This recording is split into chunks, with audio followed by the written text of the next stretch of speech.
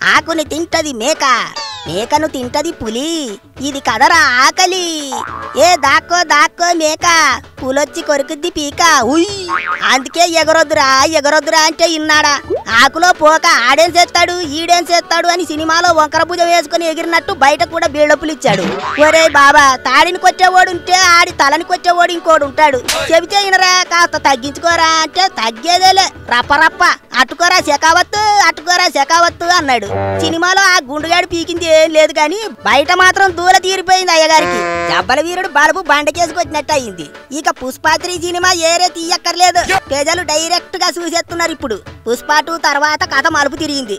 ఒక్క రోజుతో పుష్పరాజు బతుకు బస్టాండ్ అయ్యింది. పుష్పరాజు సంధ్యా థియేటర్ దగ్గరికి సినిమా చూద్దామని వెళ్తే కాలం గ్యాలం వేసింది. దెబ్బకి జబ్బల వీరుడు దూల తీరింది. తగ్గేదేలే అన్నోడిని తగ్గేట్టు చేసింది. చివరికి బచ్చాగాడితో బాజుకు దండం ఎట్టించింది కర్మ. ఇట్లా చెప్పుకుంటూ పోతే పుష్ప3 సినిమా కథ చాలా పెద్దగానే ఉంది.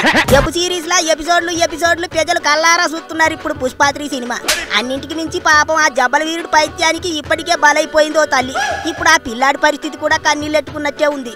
ఏటవుతుందో ఏటో మరి.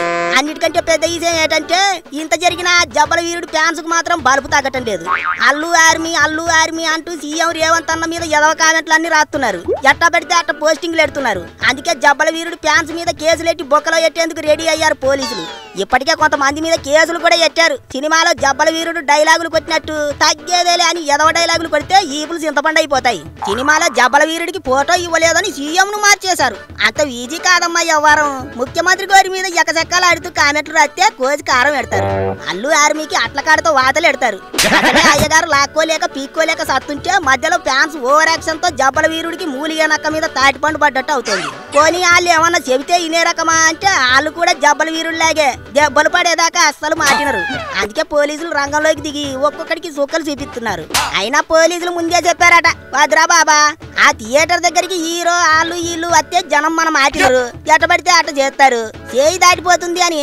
అయినా సరే వినకుండా బొక్కలోంచి బయటకు వచ్చి చేతులు ఊపాడు జబ్బల వీరుడు. ఆ దెబ్బకి తేనె తుట్టి మీద రాయేసినట్టు తయారైపోయినది పరిస్థితి. అన్యాయంగా ఓ ప్రాణం పోయింది. పోయి ఇప్పటికైనా కొవ్వు తగ్గిందా అంటే ఏకంగా సీఎం మీద సిర్రుబుర్లాడుతున్నారు ఫ్యాన్స్. అంత సులకనైపోయారా? పోలీసుల చేతికి దొరికితే చెమడాలు ఊడిపోతాయి ఏటనుకుంటున్నారు. అల్లు ఆర్మీ అని ఎట్టుకున్నారుగా, జబ్బల వీరుడికి పనికొచ్చే పనులు చేయాలి. చట్టాల్లో ఉన్నాడు కాబట్టి సపోర్ట్ చేయాలి. అంతేగాని ఆడితో ఈడితో గిలికజాలు ఎట్టుకుంటాం, ఇంకా అయ్యే బలుపు పనులు చేస్తాం అంటే రాడ్డు తిప్పుతారు. ఇప్పటికైనా బుద్ధి తెచ్చుకొని రా బచ్చాలారా, లేకపోతే ఇప్పటికే సిరిగి చాటంత అయింది. ఇంకా గెలికి వాసన చూస్తే చెరువంత అవుతుంది. అప్పుడు మొత్తానికే సంకనాగిపోతారు. అన్నట్టు మామూలు ఆ గంట మీద ఒకసారి టంగుమని కొట్టి సబ్స్క్రైబ్ చేసుకోండి. అందరం కలిసి ఇట్టాగే కితకితలు ఎట్టుకుందాం.